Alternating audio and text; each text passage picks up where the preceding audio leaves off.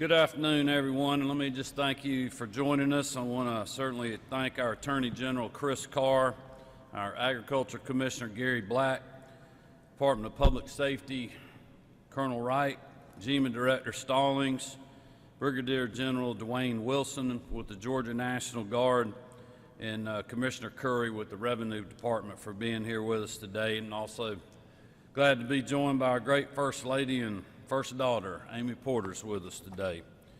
As you all know, yesterday I signed an executive order to temporarily suspend the gas tax in Georgia in light of the Colonial Pipeline cyber attack.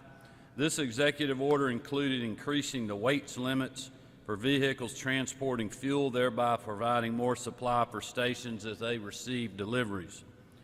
Also yesterday, the State Environmental Protection Division worked closely with Agriculture Commissioner Gary Black and his office to formally request a waiver from the Federal Environmental Protection Agency for the use of the winter fuel that was held in storage.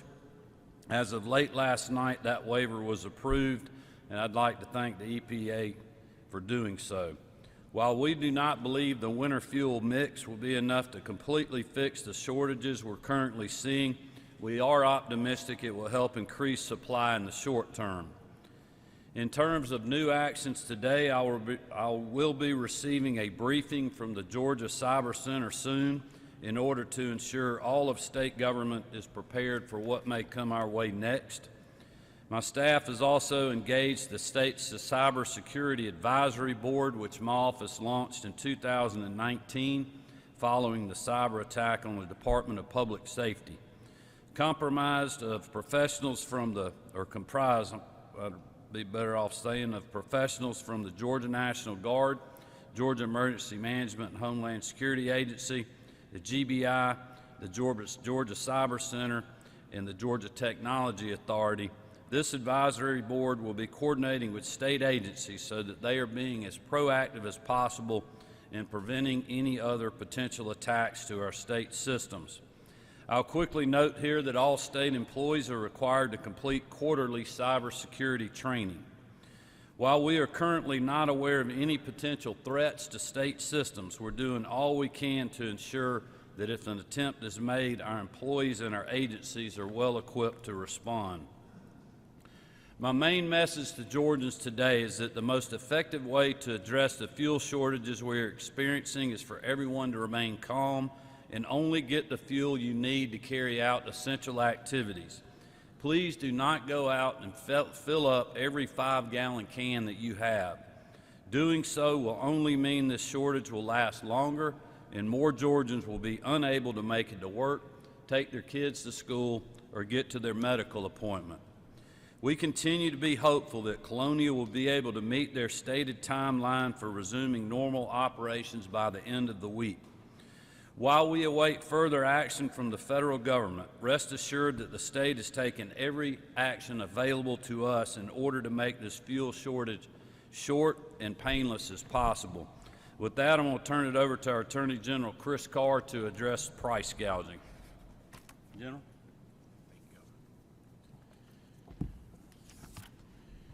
Thank you, Governor. When Governor Kemp declared this state of emergency, Georgia's price gouging statutes were activated. What this means is that while the state of emergency remains in effect, businesses may not charge more for products and services identified by the governor than they charged before the declaration. This includes motor fuel and diesel fuel. It's important to note, however, that prices may go up due to a verifiable increase in the cost of new stock or the cost to transport it, plus the retailer's average markup percentage applied during the 10 days immediately prior to the declaration of the state of emergency. While we believe this to be a short-term event, like the governor, I want to warn consumers to be on the lookout for scams and possible price gouging. And we want to make sure you understand how to report such instances. No one should be taking advantage of consumers who are trying to continue their daily routines. While we will review all price gouging complaints to ensure that the law is followed. As of now, we've received more than 300 complaints. And if you see a scam or price gouging, call 404-651-8600 inside the Metro Atlanta area or 800-869-1123 toll-free outside of the calling area. And you can also report online at consumer.ga.gov. And I'd like to now turn it over to our Agricultural Commissioner, Gary Black. Good afternoon, everyone. I want to echo the governor and appreciate the urging of calm. We have an opportunity here to work together as a family of Georgians. We believe I'm confident we're going to get through this together. We're very pleased. I want to compliment our federal partners because we've had some terrific cooperation just from being able to request this waiver, and then we institute the things we did as a department this morning. And so I think that spirit of cooperation will help us solve this problem.